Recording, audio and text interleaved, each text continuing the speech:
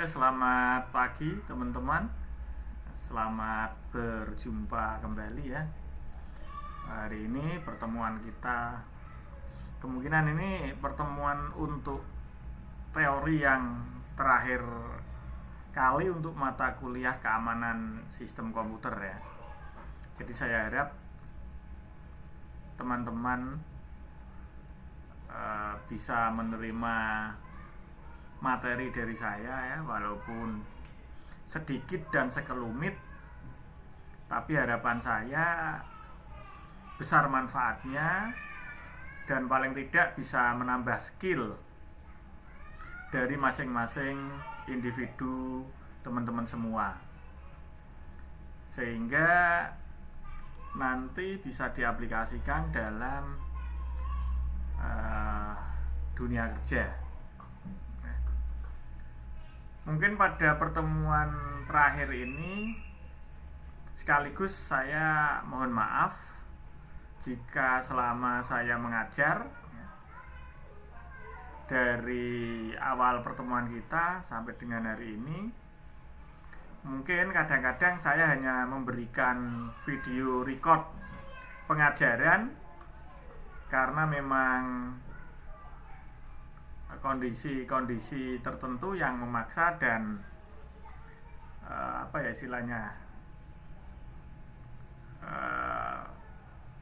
saya harus menyampaikan materi secara record ya.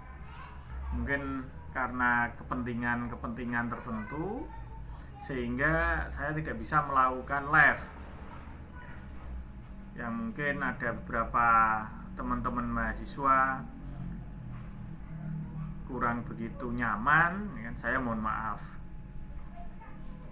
Terus untuk perkuliahan hari ini kita coba ke simetris dan asimetris ya dalam enkripsi dan dekripsi ya. Jadi bukan deskripsi tapi dekripsi. Kalau deskripsi itu penjabaran atau penjelasan, tapi kalau dekripsi itu proses pembalikan. Nah, hari ini kita akan mencoba melihat, mengkaji atau paling tidak mengetahui lah ya. Jangan kita berpikiran mulu-mulu ya, karena materinya saja materi dasar ya. Jadi kita nggak usah mulu-mulu, paling tidak mengetahui apa itu simetris dan apa itu asimetris. Bagaimana simetris itu bekerja dan bagaimana asimetris itu bekerja. Nah, sebelum kita tahu lebih jauh tentang simetris dan asimetris, kita harus paham dulu hubungan antara kriptanalisis dengan kriptologi, karena dua ini berbeda ini. Walaupun berbeda, mereka itu punya hubungan gelap ini. Jadi yang punya hubungan gelap itu tidak hanya manusia pacaran saja ya. Wah, ilmu itu juga punya hubungan ternyata ya kan? Antara kriptanalisis dan kriptologi. Jadi yang hubungan gelap itu tidak kita saja saat pacaran ya kan. Nah, tapi juga ternyata hubungan itu ada pada dunia teknologi, yaitu kriptanalisis dan kriptologi. Dalam hal ini harus kita ketahui dulu. Nah, sebelum kita melangkah ke sana, saya ingatkan kembali untuk teman-teman semua agar melakukan presensi melalui sistem yang ada di siakat.stekom.ac.id, karena memang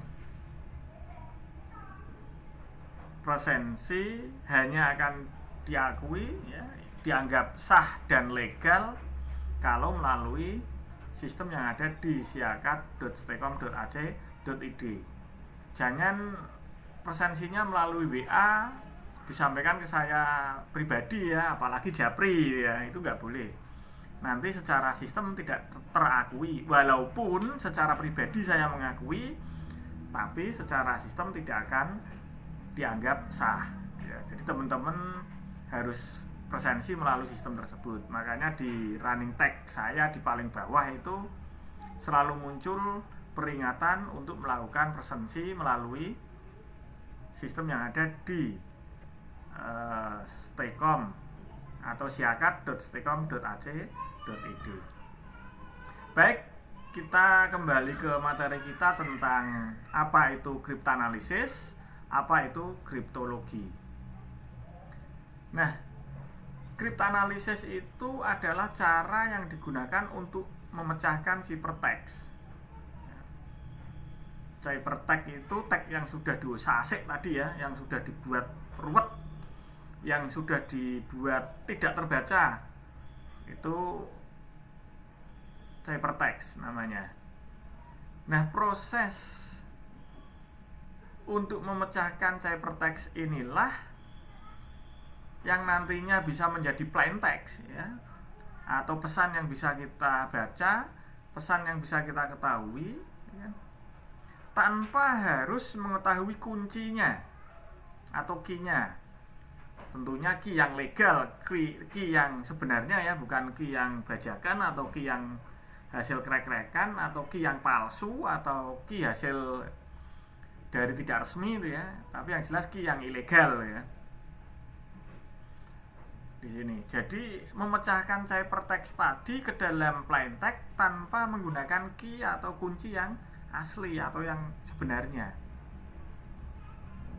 Maka orang yang melakukan proses atau melakukan aktivitas kegiatan seperti ini, dialah yang disebut sebagai kriptanalis ya.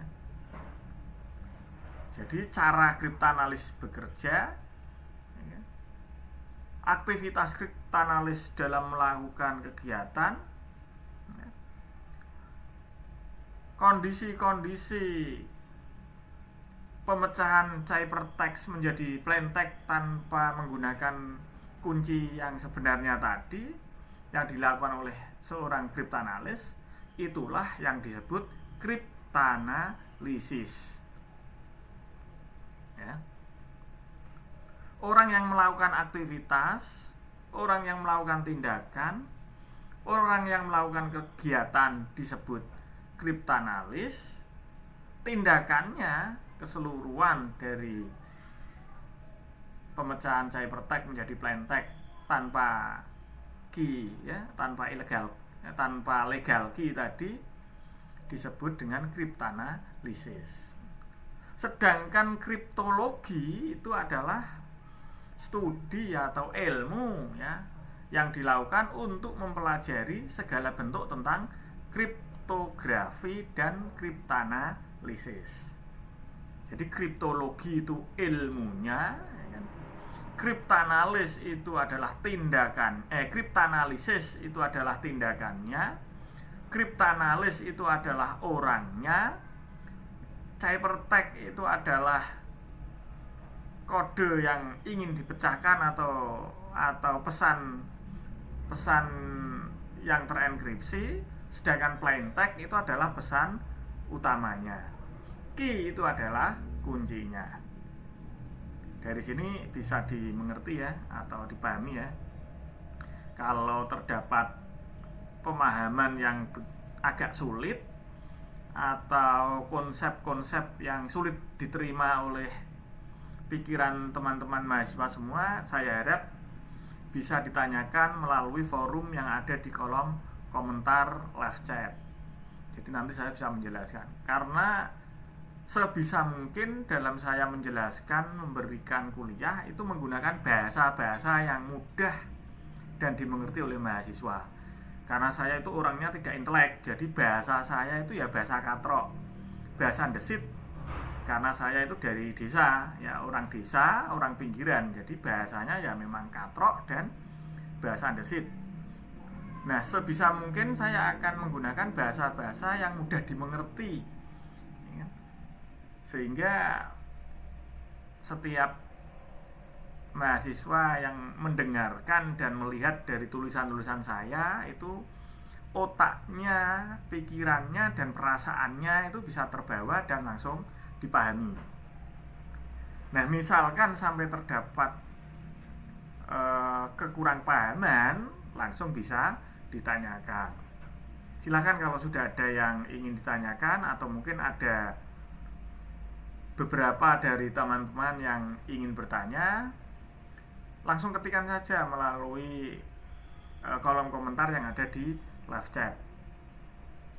Bertanya jangan takut, karena ada pepatah mengatakan malu bertanya sesat di jalan. Nah, khawatir saya kalau Anda malu bertanya ini nanti kalau tersesat nggak bisa pulang ini. Nah, saya khawatir ini. Anda keluar beli gorengan, mau pulang, muter-muter nggak tahu jalannya pulang. Karena apa? Tidak bertanya. Lah ini salut. Ini saya sangat apa? Kasihan nanti. Nggak pulang-pulang, gorengannya sampai dingin, sampai rumah nggak kemakan malahan. Makanya biar tidak tersesat, silahkan nanti Anda dan teman-teman semua ini bertanya. Yang perlu dipertanyakan apa? Silahkan sampaikan melalui kolom komentar live chat. Pokoknya kuliah dengan saya santai saja. Saya kuliahnya tidak lama-lama, karena saya tahu sendiri bahwa kebutuhan akan kuliah virtual online itu tinggi. Kuota harus tersedia, jaringan harus bagus. Kalau jaringan sedikit saja bermasalah, maka jaringan atau perkuliahan itu akan menjadi delay, sehingga kenyamanan perkuliahan itu sudah hilang. Makanya saya tahu sendiri kondisi-kondisi seperti itu. Sekarang kuota juga mahal, dan makanya saya kasih kuliah sedikit dengan bahasa yang simple, ya, cukup bisa untuk memancing dan untuk mendalami lebih jauh tentang materi. Nah, ketika nanti Anda tertarik mendalami, silakan cari referensi, silakan cari buku-buku, atau silakan cari pemahaman skill yang ada di referensi yang lain, baik itu buku, jurnal maupun internet. Kita lanjutkan ya untuk definisi dari kriptoanalisis dan kriptologi. Sudah paham ya, bisa membedakan dua kalimat ini ya. Kriptoanalisis adalah bla bla bla, kriptologi adalah bla bla bla gitu ya. Seperti yang saya sampaikan tadi. Nah, di sini persamaan antara kriptografi dan kriptoanalisis ya. Tadi ya, kriptoanalisis itu suatu tindakan, kegiatan, aktivitas gitu ya. Nah, sekarang persamaannya apa antara kriptografi dan kriptoanalisis? Ya, kriptoanalisis persamaannya adalah sama-sama mengeksplorasi bagaimana proses menerjemahkan ciphertext menjadi suatu plain text. Ini ada pesan baterai lowbat ya. Saya sambil ngecas baterai dulu, ini saya persiapkan baterainya. Entah saya lupa tadi, dari tadi pagi nyala, nggak saya colokkan ke stop kontak ini. Jadi laptop saya 3 jam itu langsung KO ini. Semoga nggak sampai mati ini. Kalau sampai mati bahaya ini ya. Mohon maaf ya, ada gangguan teknis ini. Sebentar, ini saya cari colokannya ini. Nah, sudah bisa. Semoga lancar. Hari ini lancar, damai, sejahtera, aman, jaya, sentosa. Bisa kita nikmati bersama. Nah, persamaannya antara kriptografi dan kriptoanalisis sama-sama mengeksplorasi bagaimana proses menerjemahkan ciphertext menjadi sebuah plain text. Ya, proses bagaimana cara mengembalikan pesan yang semrawut tadi menjadi pesan yang dapat dibaca. Nah, perbedaannya apa sekarang? Perbedaannya kalau kriptografi itu bekerja secara legal ya. Jadi kriptografi itu kerjanya dia legal, benar. Nyoh, kamu, saya kasih kuncinya. Nah, silakan nanti ada pekerjaan ini, ya silakan di decrypt, karena pekerjaannya mungkin rahasia, ya kan, sehingga di encrypt. Terus kita dikasih kuncinya, terus kita buka, oh ternyata saya disuruh sarapan pagi gitu ya. Itu namanya kriptografi, legal kerjanya, sah. Tapi kalau kriptoanalisis itu kerjanya ilegal.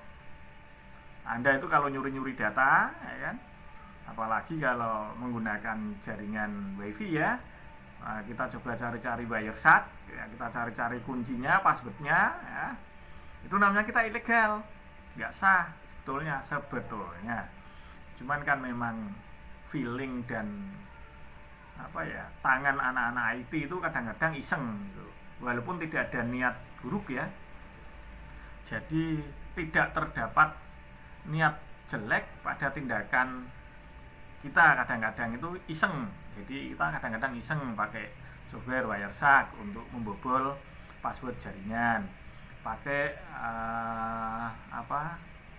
sniffing untuk proses apa gitu ya, pakai apalagi untuk coba mengetahui isi apa gitu ya. Itu kadang-kadang kita seperti itu hanya niatan iseng, tidak mempunyai niat buruk. Cuman resikonya perlu hati-hati, karena resiko yang terdapat pada kegiatan kita untuk mengakses sesuatu yang bukan hak kita secara ilegal itu termasuk pelanggaran pidana ya, nanti bisa kena UU ITE.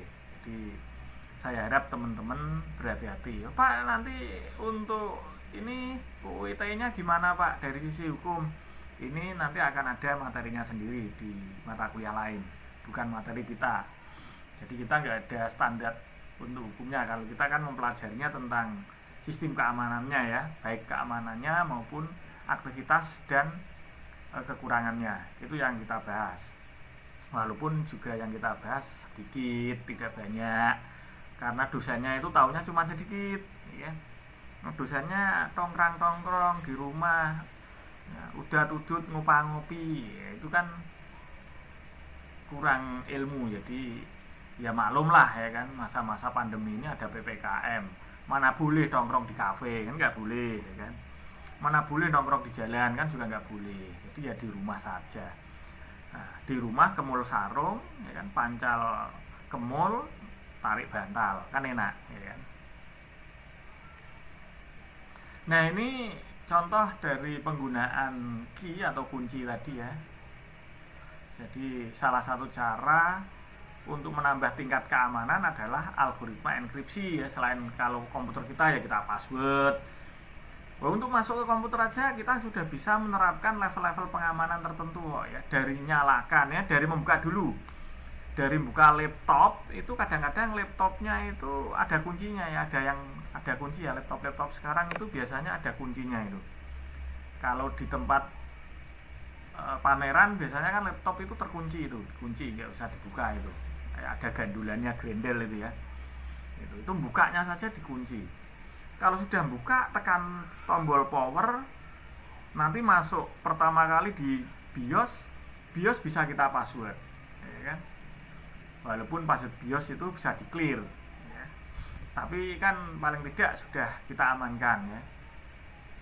Tapi kalau saya nggak, BIOS nggak saya password itu. Kalau saya, laptop saya itu nggak ada passwordnya. Bahkan masuk ke Windows itu, kalau saya nggak ke password itu, bebas. Jalan tol, pokoknya laptop saya itu jalan tol. Nggak ada data penting kok. Ya kan. Lewong desa, ya kan, pinggiran, ke mall sarung, ya. Data yang diamankan apa? Kan nggak punya apa-apa. Ya. Jadi paling-paling ya presentasi-presentasi kayak gini.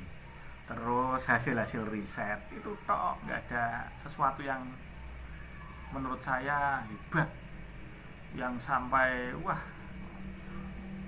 orang-orang itu mau masuk ya. Beda lagi kalau laptopnya itu ada surat selingkuh, lah itu nanti perlu diamankan. Tapi kalau selama masih biasa-biasa saja ya, untuk memudahkan. Tapi prinsip saya itu tidak saya kunci untuk memudahkan. Kalau saya tergesa-gesa mau jam ngajar buka, kalau di password kayak gitu kan butuh waktu. Tapi kalau enggak kan tinggal buka, tekan tombol power, nyala. Bahkan kadang-kadang saya itu pakai laptop yang automatic on. Jadi automatic on itu maksudnya itu kalau posisi layar dibuka itu otomatis powernya langsung dia on sendiri. Itu namanya automatic on. Kayak HP itu ya modelnya, buka langsung dia nyala. Itu jadi cepet ya, nggak lama-lama ya. Nah, itu contoh-contoh pengamanan. Nanti masuk Windows diamankan. Habis itu mau masuk foldernya dikunci lagi ya kan. Habis masuknya file dikunci lagi. Habis itu filenya bisa dibuka, filenya masih sifatnya read only lagi. Nah, ini kan level-level pengamanan namanya. Nah, di samping yang saya sebutkan tadi itu teknik pengamanan, itu ada satu cara lagi yaitu dengan cara melakukan enkripsi. Tentunya kalau kita enkripsi nanti juga butuh dekripsi. Nah, enkripsi dan dekripsi ini membutuhkan satu kunci atau key lah, key kalau bahasa Inggris itu key. Tapi kalau bahasa Indonesia ya kunci gitu ya. Karena saya orang desa itu lidahnya kadang-kadang kalau suruh baca Inggris itu keselip, sehingga dibuat bahan tertawaan dan candaan gitu ya. Mendingan saya pakai bahasa Indonesia gitu aja lah ya. Jadi ki pakai, kalau ki kok malah keblabasan pakai yang asing. Kunci pakai kunci. Sehingga kalau kita lihat dalam persamaan matematisnya, ya kan, karena algoritma itu intinya menyelesaikan masalah secara matematis, itu namanya algoritma.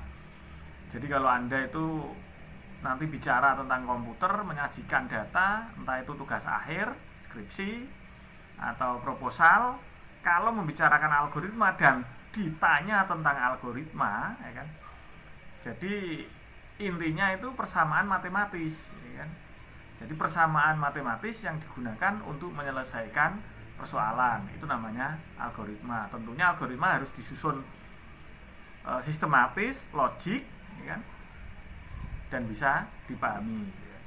Kita temukan persamaan matematisnya adalah enkripsi M sama dengan C, sehingga nanti ketika kita dekripsi C itu sama dengan M.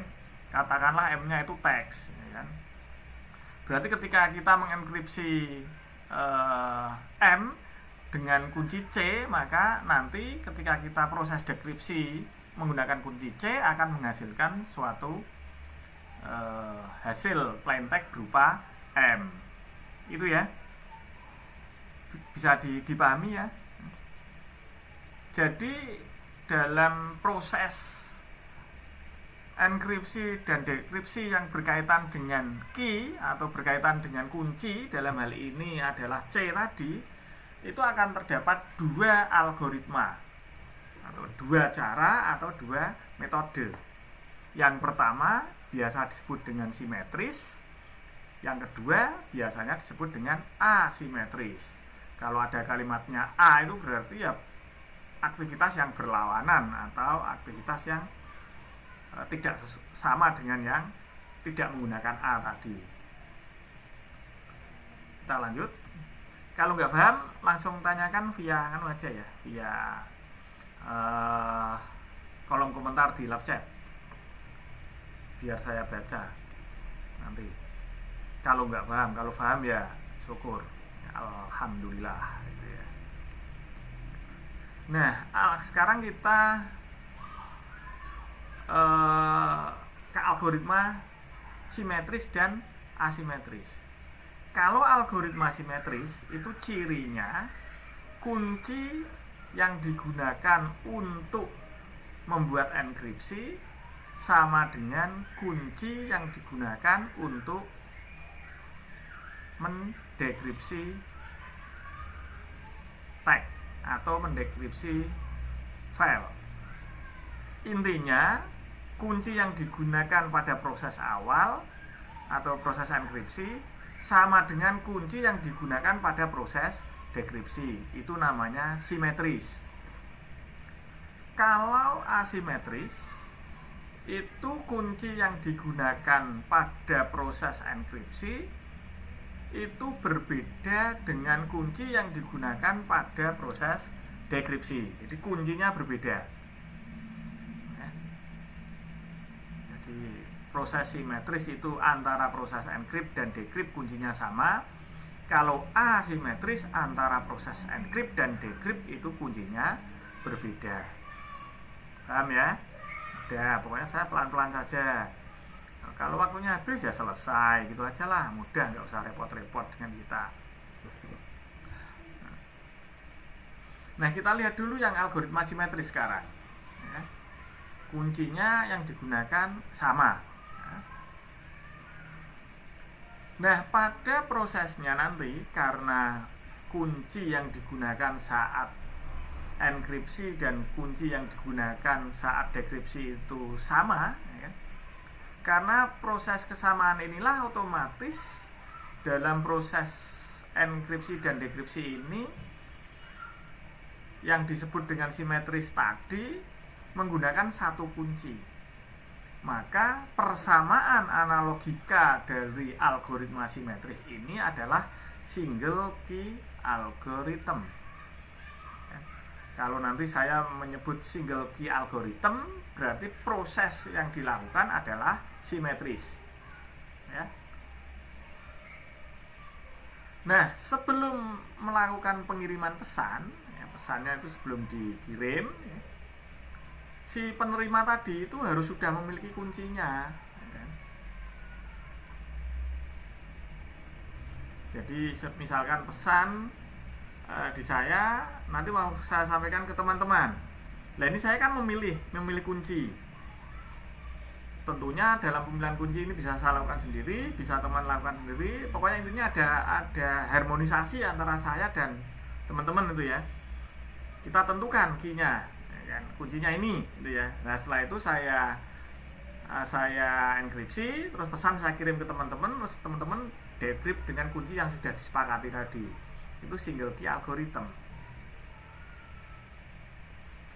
Nah, karena proses enkripsi itu pada prinsipnya adalah untuk menyandikan pesan, otomatis kunci ini harus rahasia. Jangan kunci ini diumbar ya, kunci ini disampaikan ke orang-orang lain, jangan. Ya, kunci ini tetap kita pendam, kita simpan sebagai secret key algorithm. Paham ya? Kunci yang sifatnya adalah rahasia, tidak boleh disebarluaskan, ya. Ya, maka dia disebut sebagai secret key algorithm. Contoh algoritma simetris ini adalah metode DES, ya, Data Encryption Standard. Ya, kalau Anda nanti baca-baca di buku itu, jangan tanya saya DES-nya ya, Pak cara membuat DES-nya ini gimana? Pak cara, jangan, ini kita mempelajari kulitnya ini. Yang penting kita tahu dulu ya, kalau mau mempelajari DES-nya itu ada mata kuliahnya sendiri harusnya itu. Jadi proses DES itu seperti apa dikaji, ya, itu ada mata kuliahnya. Nah, nanti EAS itu gimana dikaji, ya itu RSA gimana dikaji, ya itu. Nah itu ada mata kuliahnya. Ini kita sifatnya yang umum-umum dulu saja. Ya.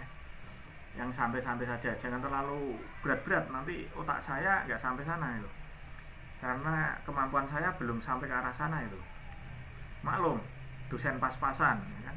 Kemampuannya pas, uangnya juga pas, gitu ya. Jadi pas butuh, pas ada, pas ingin, pas ada juga, ya. Saya butuh mobil, pas ada mobil. Saya butuh uang, pas ada uang. Itu kan pas-pasan namanya. Ini ya yang single key algorithm, ya, asumsinya itu kuncinya sama ya. Ini mau saya kelihatan ya, semoga ya ini. Ini kunci sama dengan kunci yang ada di sini. Ya. Ketika ini proses ini namanya plain text, ya, plain text diproses menjadi enkripsi dengan kunci ini, maka jadilah ciphertext. Nah, ketika dikirim jedet gitu ya, kirim les gitu ya ke sini. Ini dikirim sampai sini. Kemudian dibuka dengan kunci yang sama tadi, ya, maka bisa menjadi plain text. Jadi proses di sini ciphertext di decrypt dengan menggunakan kunci yang sama pada saat encrypt tadi, jadilah plain text. Di gambarnya. Ini contoh lebih apa?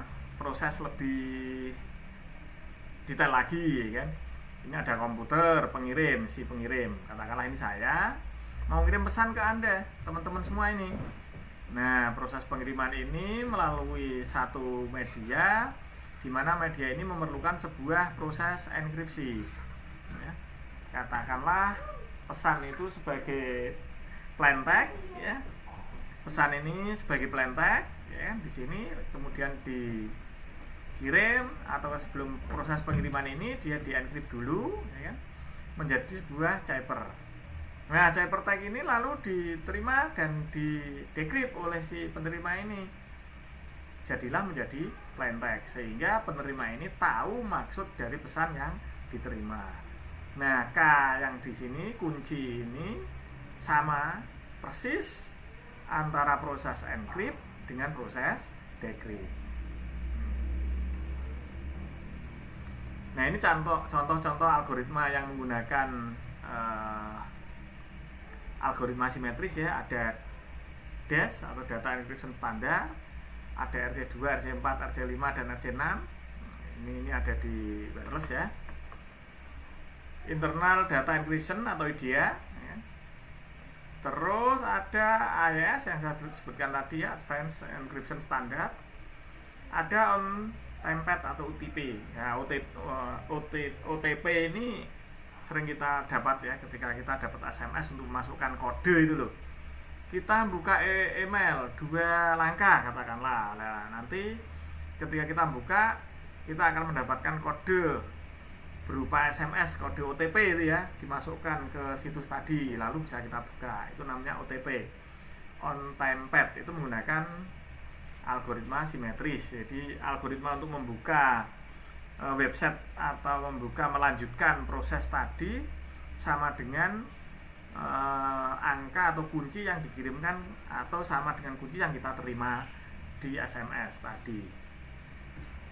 Terus A5 ya kan, masih banyak lagi, nanti dibaca-baca lagi boleh. Ini contoh plus enkripsinya ya. Ini pengirim, saya katakan punya pesan hello. Hello. Nah, kata hello ini dienkrip menggunakan kunci. Sehingga muncul huruf-huruf baru yang tidak bisa dibaca, atau bukannya tidak bisa dibaca ya, tidak bisa dimengerti. Kalau baca mata kita bisa melihat atau bisa membaca, atau keluarlah huruf persen F G dolar sama H. Ini adalah hasil encrypt dari kata hello dengan menggunakan kunci yang ada di bawah ini. Nah, lalu kunci ini kita bagi ke yang mau menerima tadi, namanya proses share secret, karena ini berbahaya. Share secret itu rahasia. Kalau ketemu orang lain kan berbahaya, bisa dibuat buka kunci hello ini. Kemudian saat si penerima ini mau membaca pesan yang dikirim tadi menggunakan kunci yang telah di-share bersama tadi, yang telah dikirimkan ke kita, maka kita buka dengan proses decrypt. Maka setelah dibuka dengan proses decrypt, muncullah kata hello. Kata hello ini disebut sebagai plain text, baik yang hello di recipient maupun yang ada di sender, itu namanya plain text.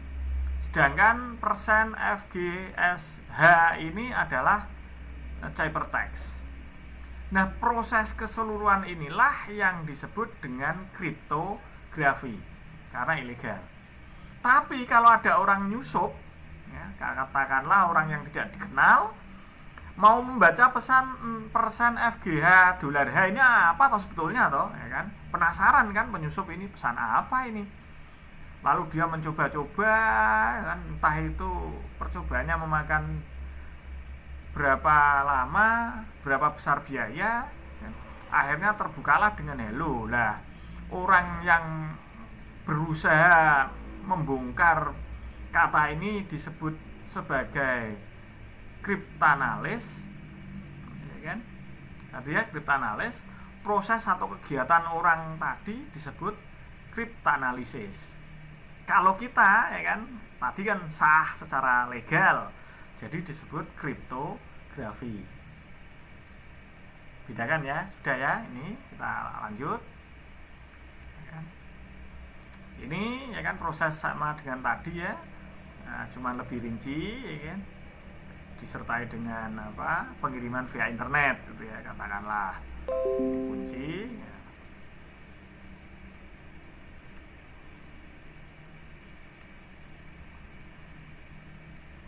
Terus kita lanjut, ya kan? Kita lanjut lagi untuk gambar ini, ya kan? Nah, sekarang kelebihan dan kelemahan algoritma simetris sekarang. Ini simetris. Kelemahan dan kelebihan algoritma simetris ya, kita kaji kelebihannya dulu. Kecepatan operasinya lebih tinggi ya. Jelas ini karena kuncinya sama, tidak ribet-ribet ya, kecepatan operasinya otomatis lebih tinggi. Sehingga karena dia cepat, maka pada proses ini sistem kriptografi dengan algoritma simetris ini bisa dilakukan dengan cara real time. Jadi saat-saat sekarang atau real time, waktu nyata. Tapi ada beberapa kekurangan ketika kita menggunakan algoritma simetris ini. Nah, ketika kita nanti ketemu dengan beberapa pengguna ya, atau istilahnya pesan yang saya kirim itu untuk beberapa orang, itu nanti saya membutuhkan kunci yang berbeda-beda. Kalau kuncinya tak buat sama ya nanti Anda bisa buka pesan yang dikirimkan ke teman Anda ya, teman Anda bisa membuka pesan yang dikirimkan ke temannya lain lagi. Ini kan resiko. Jadi saya dalam mengirimkan pesan ke banyak orang, saya membutuhkan banyak kunci ya. Otak saya ini yang repot menghafalkan kunci ya. Si A ini tadi tak kirimi pesan apa, kuncinya apa. Si B tak kirimi pesan apa, kuncinya apa. Si C tak kirimi pesan apa, kuncinya apa. Repot kalau kalau pesannya berbeda. Tapi kalau pesannya sama sih nggak masalah, kuncinya dibuat sama, nggak ngefek. Tapi kalau pesannya berbeda masing-masing orang, nah ini yang bermasalah ya. Terus permasalahan lagi yaitu dimana saat membuat kunci ini, untuk menentukan kunci ini, karena melibatkan banyak orang, karena melibatkan banyak pilihan, maka prosesnya menjadi lama. Nah, permasalahan-permasalahan yang terjadi inilah yang disebut dengan key distribution problem. Bisa diketahui ya. Jadi key distribution problem itu apa? Oh, ternyata seperti ini. Nah, ini dari kemarin ini ada yang bertanya ya tentang masalah algoritma simetris dan asimetris ya. Nah, itu semoga materi hari ini bisa menjawab.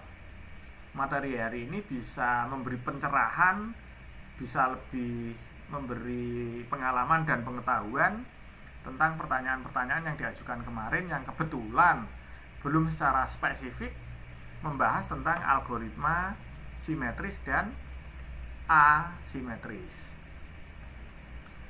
Nah, terus kita melangkah sekarang yang ke asimetris. Kalau tadi kan yang simetris.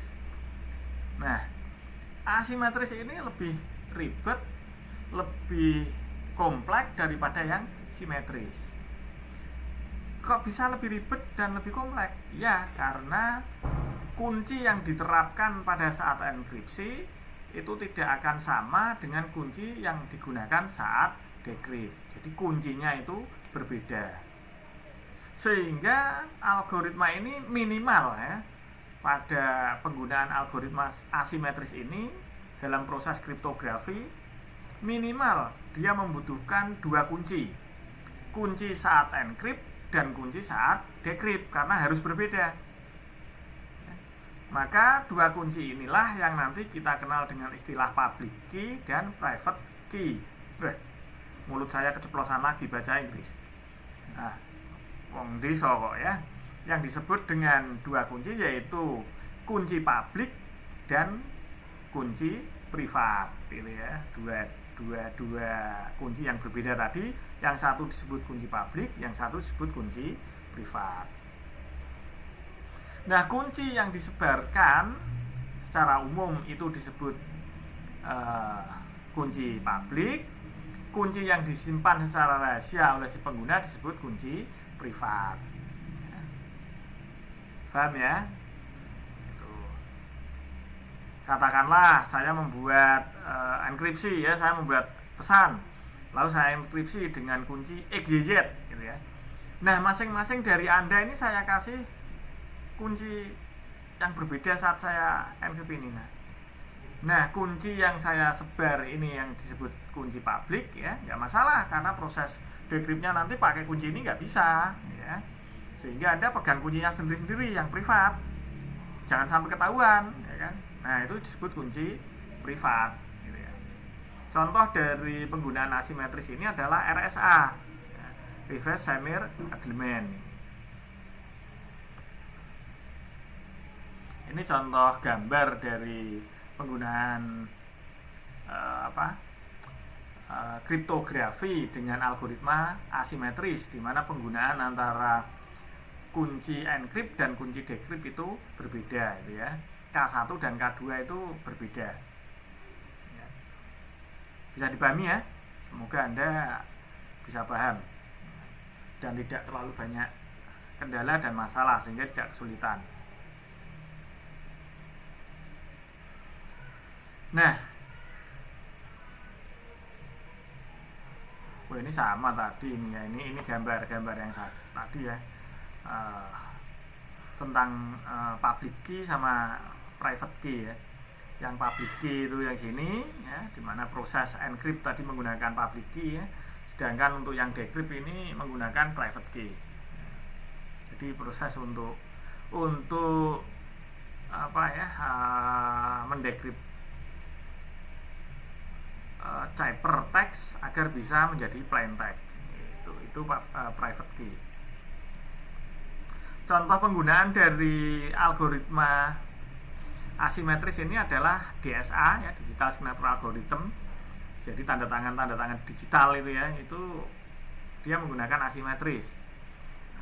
Terus kemudian RSA ya. Terus kemudian DH atau Diffie-Hellman. Terus elliptic kurva kriptografi ya, ECC. Terus kriptografi kuantum ya, dan masih banyak. Nanti saran saya kalau tertarik dengan hal ini perbanyak baca-baca ini ya. Bahkan materi yang saya sampaikan dari simetris dan asimetris ini bisa dijadikan topik skripsi ya. Jadi kalau Anda tertarik mau ambil skripsi ya, bisa ambil salah satu topik dari yang saya sampaikan. Algoritmanya jangan banyak-banyak lah. Anda ambil satu algoritma ya, dari yang simetris maupun yang asimetris ini, itu bisa. Ini kekurangan dan kelebihan dari algoritma asimetris ya. Tentunya karena kuncinya berbeda, otomatis kelebihannya keamanan dari kunci itu bisa terjamin.